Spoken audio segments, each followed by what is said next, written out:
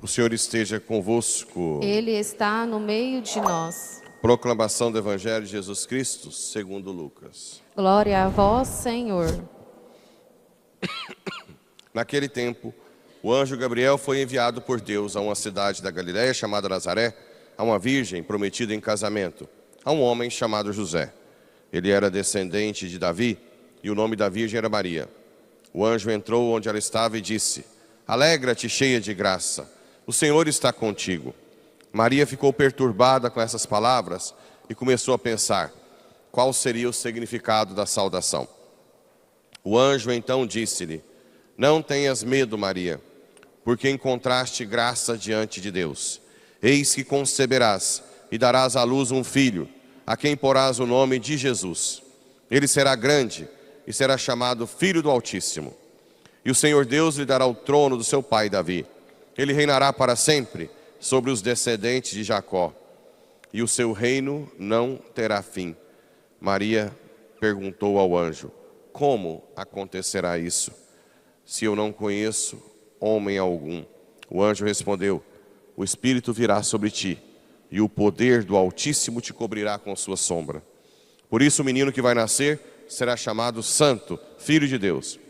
Também Isabel, tua parenta, concebeu um filho na velhice. Este já é o 6º mês daquela que era estéril, porque para Deus nada é impossível. Maria então disse: Eis aqui a serva do Senhor. Faça-se em mim segundo a tua palavra. E o anjo retirou-se. Palavra da salvação. Glória a vós, Senhor. Caríssimos irmãos e irmãs e que nos acompanham pelas redes sociais, esse acontecimento de hoje é o que Deus pensou desde quando criou o universo. Como assim? Lembra que Deus é eterno? Ou não? Qual é a definição de eternidade?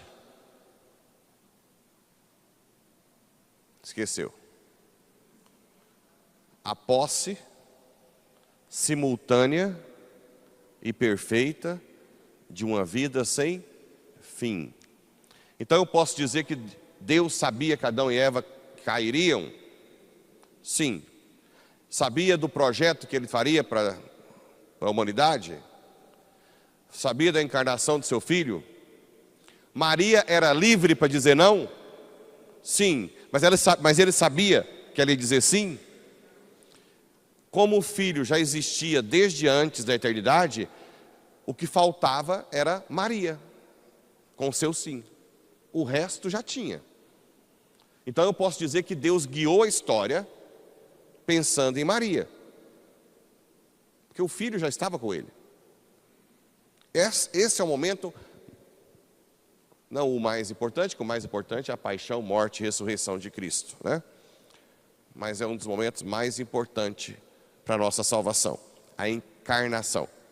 Por isso que não tem como, gente, tirar Maria como corredentora. Eu estou falando isso porque depois o próprio da doutrina da fé diz que não tem problema falar um pouco. Ele mesmo se retratou. Como é que nós teríamos a paixão, morte e ressurreição, a redenção, se Maria não desse um corpo? Ah não, Deus poderia fazer de Jesus do nada, mas ele não quis, ele queria que Jesus fosse totalmente humano. Então Maria participa da redenção. Como é que você tem paixão sem encarnação? Ela tem que ser corredentora. Isso não tira mérito nenhum de Cristo. Pelo contrário, isso acende a chama de que Deus não nos salva. Deus que nos criou sem nós, não nos salva sem nós. Deus não precisaria de padre, nem de pastor. O dia que eu preguei lá nas Ezéquias com 3 pastores, eu falei isso, né? Deus não precisaria de padre e pastor. Ele quer precisar de nós, por amor.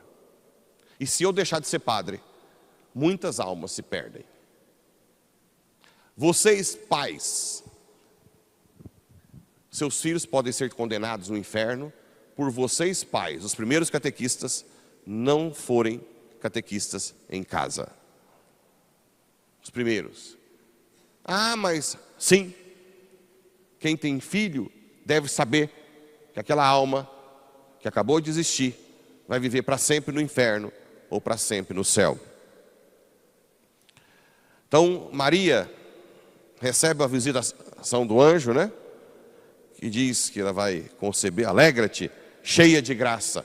Em grego é keharitomenen, quer dizer, o significado em grego é muito mais forte, é toda graça. Isso aqui é um dos motivos que confirma a Imaculada Conceição. Que não existe nada nela que não seja graça, não é? O Senhor está contigo. Alegra-te, cheia. Como é que alguém ainda tem coragem de usar essa cloaca para falar que ela é uma qualquer? Né? Cloaca fedorenta. Que se não escovar os dentes, essa boca nossa fede igual privada. Para falar da mãe do Senhor. Tem que lavar a boca para falar da rainha do universo. Né? Maria ficou perturbada com essas palavras e começou a pensar qual seria a saudação. E o anjo disse uma coisa que muitos papas ultimamente têm falado: não tenhas medo, Maria. Nós também não tenhamos medo dos tiranos que estão aí hoje no Brasil e no mundo. Temos que falar a verdade, sim.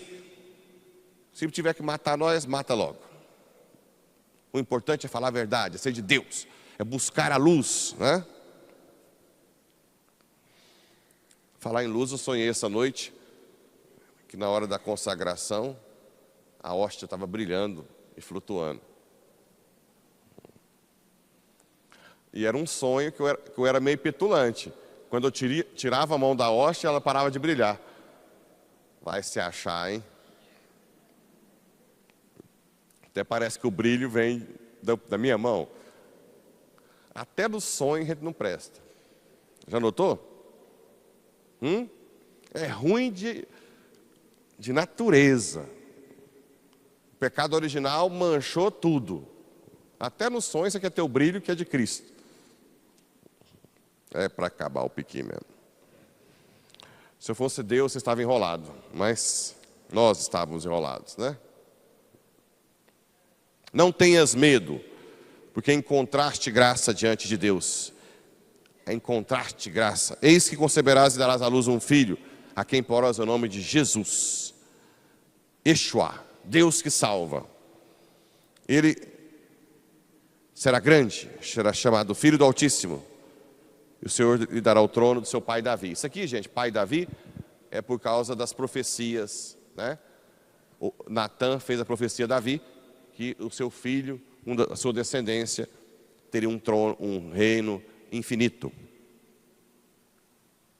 Ele reinará para sempre sobre os descendentes de Jacó, e o seu reino não terá fim. A mesma profecia de Natã, né? Na mesma profecia, Natã fala que o filho dele construirá o templo, mas o templo que ele estava falando é do corpo. Mas Salomão achou que era ele e construiu um templo, né? E Maria disse: como acontecerá isso, se eu não conheço homem algum? Tem muitos teólogos que falam que Maria só falou isso, mas ela estava... Não, eu vejo Maria realmente perdida, porque Maria é ser humano. A nossa fraqueza, a limitação faz parte. Mesmo que ela seja imaculada, a sua limitação humana, ela é real. Ela não estava aqui com a visão beatífica. Nem Jesus hoje a igreja reconhece mais como visão beatífica, como dizia São Tomás de Aquino, né? É como a união hipostática. Jesus se esvaziou, porque para ter visão beatífica, a alma de Jesus já teria que ser gloriosa, e ele não seria 100% humano já, né? E 100% divino. Em Jesus se justifica a união hipostática entre a natureza divina e humana, tá? O anjo respondeu: o Espírito virá sobre ti, e o poder do Altíssimo te cobrirá. Ou seja, o Espírito que fecundará, né? Por isso o menino vai ser chamado Santo, Filho de Deus. E também sua Isabel, tua parenta, concebeu um filho na velhice, aquele que vai preparar os lugares, né? Este já é o 6º mês daquela que era estéril. Uma outra frase boa para nós hoje. Porque para Deus, nada é impossível. Gente, dá a vida para Jesus de verdade. Consome a sua vida. Não fica no meia boca, não. Não fica no banho-maria, mais ou menos. Vem nas missas diárias um dia, some, depois 10. Você que tem condição, venha todos os dias. Não falte missa domingo, nem se cair canivete. Não deixe de rezar o rosário, o terço todos os dias. Não deixe de ler a Bíblia um pouquinho. Não deixe de visitar Jesus. Não deixe de ser dizimista, caridoso. Porque isso tudo tem que culminar na caridade. Não deixem. Por quê? Porque se para Deus nada é impossível, e tudo concorre para o bem dos que amam, mas amam de verdade. Então, se acontece algo ruim na sua vida, mas se você é uma pessoa que se entrega completamente, Deus vai tirar um bem disso, certeza. Agora, cuidado. Oxalá fosseis quente, firmes. Oxalá fosseis frio. Gente que nem conhece a igreja, ignorante. Os mornos, os de igreja, que não dão a vida de verdade, eu vomito. É pior. Você está na igreja mais ou menos. Decida hoje, no dia da anunciação, né, a dar a vida, a ser de oração. E a resposta de Maria é: eis aqui a serva do Senhor. Gênesis 3,15. Ela pisará a sua cabeça. Por quê? Porque a serpente falou para Eva o quê? Comas e serás como? Como? Deus. E aqui, o que Maria está falando para Deus? Não, a humanidade não é Deus. Eis aqui é a hora que ela pisa na serpente. A proposta de ser Deus. E se faz serva. Eis aqui a serva, não deusa. Só que quem se faz servo neste mundo participa da divindade. Hoje ela é rainha do universo, né? Pela sua servidão. Faça-se em mim segundo a tua palavra. O Senhor é Deus. E o anjo retirou-se. Pronto. Aí depois fala que ela ferirá o calcanhar de Nossa Senhora, não é? Que é logo depois da paixão, quando a serpente fere o calcanhar. Mas só feriu um pouquinho. Tem uns dentinhos só. O veneno não adiantou nada, porque ela foi vencida na cruz por seu filho, né? É ou não é bonita a história? Como Deus pinta um quadro da salvação. Que Nossa Senhora, Rainha do Universo, a que deva a mãe do meu Senhor, cheia de graça, agraciada, imaculada, tudo, rainha de todos os dons, jamais uma qualquer, jamais, que ela nos ajude cada vez mais a seguir seu filho com todo vigor, com toda força. Rezem o rosário, peçam hoje o dom da gravidez. Vou rezar no final da missa para você que está nos acompanhando também aqui. Põe a mão na barriguinha que vai nascer um, e é tanta graça, se quiser trigêmeos, vem até 3, né? Para quem está tendo dificuldade eu não queria. Imagina um que dorme 1h da manhã, o outro acordado. Aí o outro acorda, o segundo acorda 3 horas. Aí o outro dorme, o terceiro acorda 4. Eu ia sair correndo com esses meninos gritando aí, né? Mas se quiser trigêmeos, só pedir. Que Nossa Senhora nos dê a santidade. Assim seja. Amém.